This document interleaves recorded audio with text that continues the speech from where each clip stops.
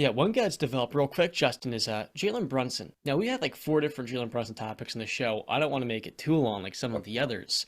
So, we've gotten to a point with Jalen Brunson, Justin, where after being snubbed from the All Star game, the guy's averaging 32 points per game and a career high 24 per night.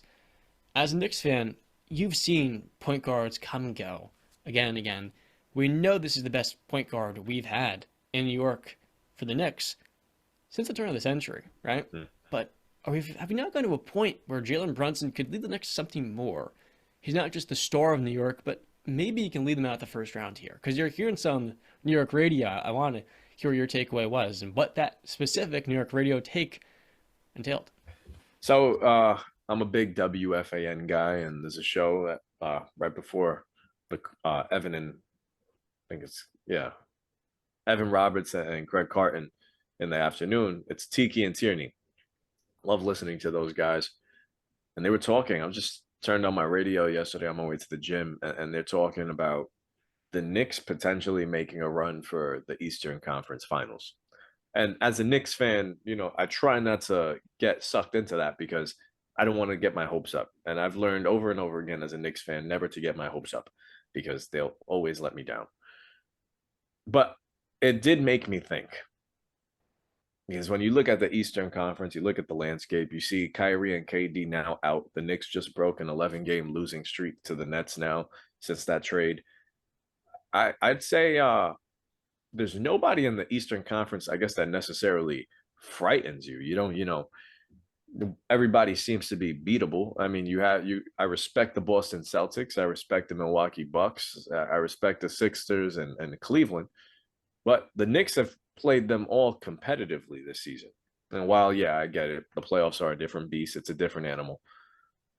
It's the same thing for those teams as well. You just never know. And I've said this countless times on this show. You get into the playoffs, a lot of things can happen.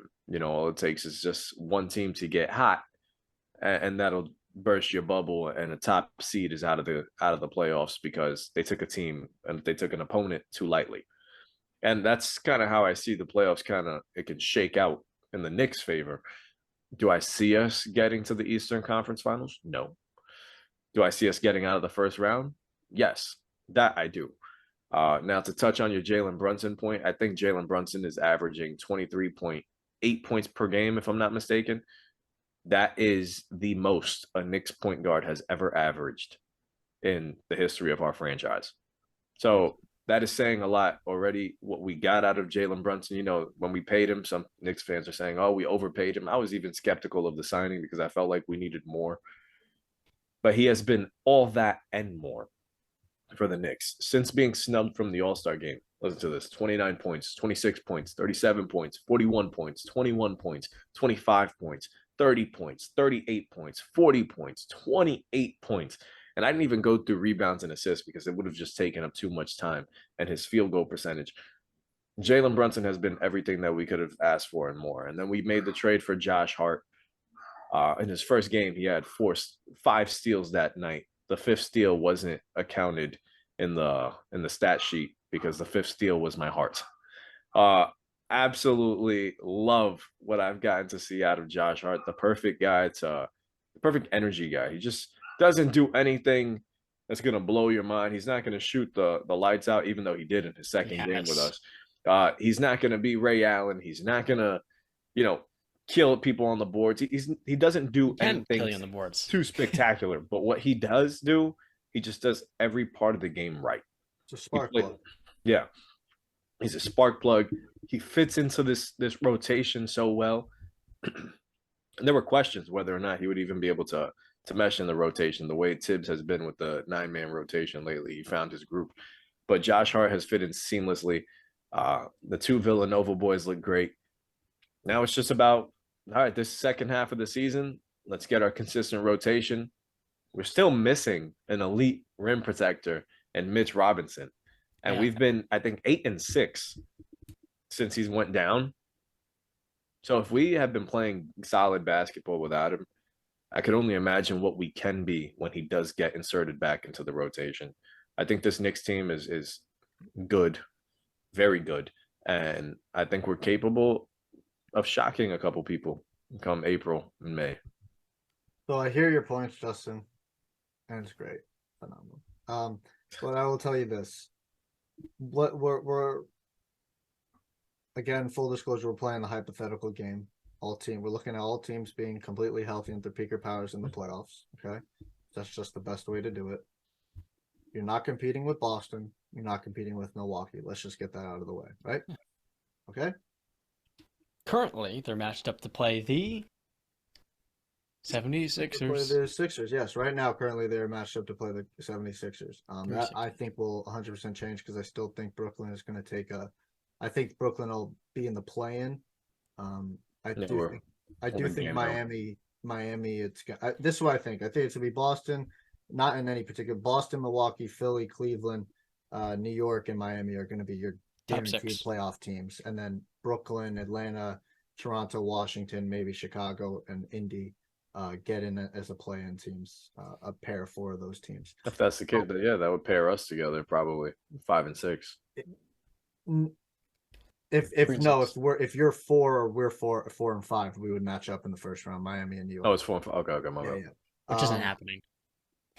No, that's not happening because you're behind. Yeah, we're basically behind The 5 games, five Cavaliers and six the games to the 76ers. Cavs and Philadelphia. So I don't see us catching them. So you're It's tough. most likely matching up with. It's either going to be us matched up against Cleveland or Philly, or you're matching up with Cleveland or Philly. That's really the matchups we're looking at here.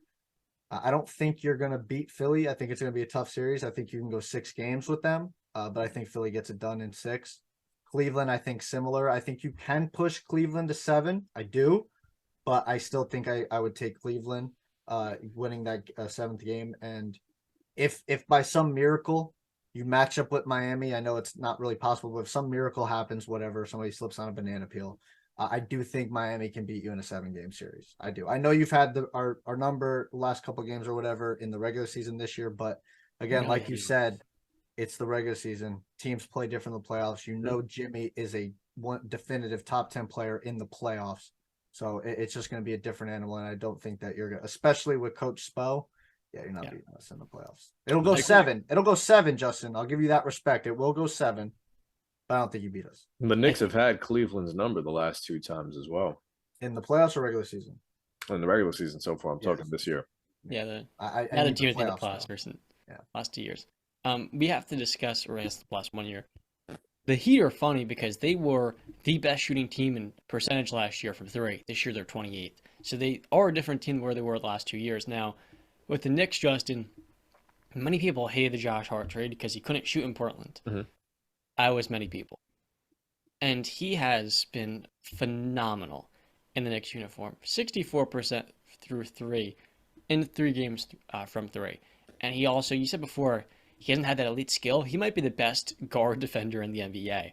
And it's such a superfluous, random, kind of irrelevant skill. But for a player like him that tries so hard defensively, when he's making shots, he's a great transition player. You can never have too many Villanova guys.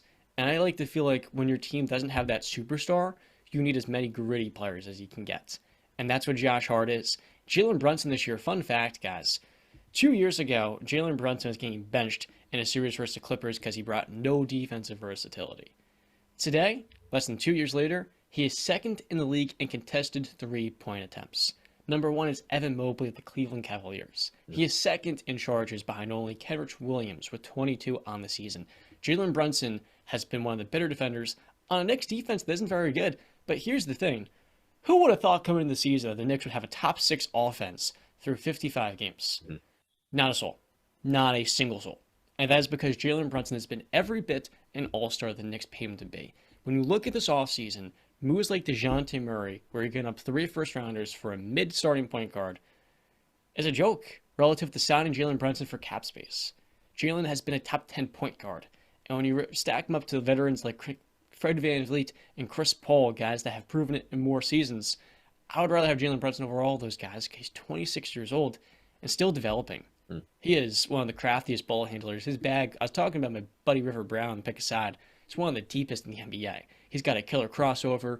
And for a player you don't look at as athletic, he has one of the quickest first steps in the Oh, game. yeah. Justin, you see all the time. He hits you with that cross, a little in and out dribble. He would give Mikal Bridges, his former Villanova teammate, with it the other night versus the Nets before Mikal last night had 45. I think Brunson is the best player on this Knicks team, and because you have him in the fold, the same way he beat Donovan Mitchell in a 3-game series last year, 2-1 with no Luka Doncic, I don't think it's crazy to say this Knicks team could take the Cavs 7 games. I think it's very realistic, given how well he has played. I will say this, Justin. I know I clown the Knicks and whatnot. We have fun. We have fun, right? We have fun. But I will say, the Knicks, in all serious, the Knicks are building a very good base for a championship team, right? I think you understand what you're missing, and it's that superstar. Mm-hmm. I would hope you understand that I don't think you're going to get any of the top 5 players currently playing right now. Maybe not even any of the top 10 players, unless you can name one out there. So that's where my trouble comes in, where you have the base, you're building a base. You got those players that you would love on a championship team that John talks about, the gritty guys, 3-and-D guys, the guys will do the dirty work and whatnot. You got the Jalen Brunson, who will make these spark plays and can take over a game. But what you're missing is that superstar. And I just don't see a path where the Knicks can get that superstar in the next year or two and capitalize on what they currently have right now. That's my issue. I'd say the only thing that would benefit the Knicks in that regard is no more big super teams, no more big threes. I think we have a chance when there's a couple duos out there. I mean, we have our own little duo there. And like I said, it's more so about who gets hot. Julius Randle's a top 10 MVP candidate right now. And while we don't look at him, he in the voting, he is. I don't care. But Jalen Brunson's the most valuable player in that next team. Yeah. No, I'm talking more about like what's the percentage? He's actually odds on in the top 10. Well, those voters are tripping because Jalen Brunson's better. I get that, but Julius Randle has also had probably a better year than his All-NBA season that he had a couple seasons ago. Well, yeah, in his All-NBA season, you guys are 23rd in offense. Now you're top 6. Mm-hmm. And I feel like he's a better player now than he was then. So you got to give Julius his credit too, because you can't have Jalen Brunson playing that well without Julius Randle complimenting. They both benefit from each other. So, but that's what I'm saying, Justin. Like, yeah, you have your little duo, but they don't match up against a duo like if Middleton and Giannis are fully healthy. They don't match up. I hear that. Brown and Tatum. So that's the problem. And I don't think they even match up with Harden and then Embiid. No, but so that's what it's more about it now. It's just the pieces that you have around it. But that's what I'm saying. Like, who? Because you got to be objective. You got to your window is short, like we all talk about in sports. You have a short window with this team that you're building this base and fundamental with, but you need that top 5, top 10. You need that star. Who is that guy? I need a, and I don't see a path. I don't have a name. So I can't. And I think that's the good what news, sucks though. is that I think this Knicks team will be remembered as a pretty damn good team that just needed one thing to get them over the top, and now they're going to have to start over from scratch. That could be the case, but this Knicks team has a long runaway here. Justin, you talked about their young core. Emmanuel Quickley's 23 years old, and what do you think with his 3rd-year jump he's taken in some ways? He's gotten better and better. I've always felt like IQ. Honestly, if we didn't sign Brunson, I was more than happy with having him start the season as our starting point guard, just to force him to develop. Because Tibbs, used to mess around with minutes so many times, but now getting to see IQ play more and more, and even get out there with the starters too. He's a firecracker, man. He can light you up from deep, but he's grabbing boards. He's playmaking. He's getting his assists. And defensively, with him and Grimes on the floor defensively, they're locking dudes up. Cookie jar. Exactly. So I'm super excited with this Knicks group. We're young. So I understand what you guys say. The window is very small, but it's not small. It's not as that's the thing. It's not as not at all bad as you're saying, Brandon. We got a very young group. Nobody's gonna be paid out the ass. I'm sorry, nobody's lighting it up. Their oldest rotation player is Julius Randle. He's 28. That's their oldest rotation player. What are you doing the small? What do you mean?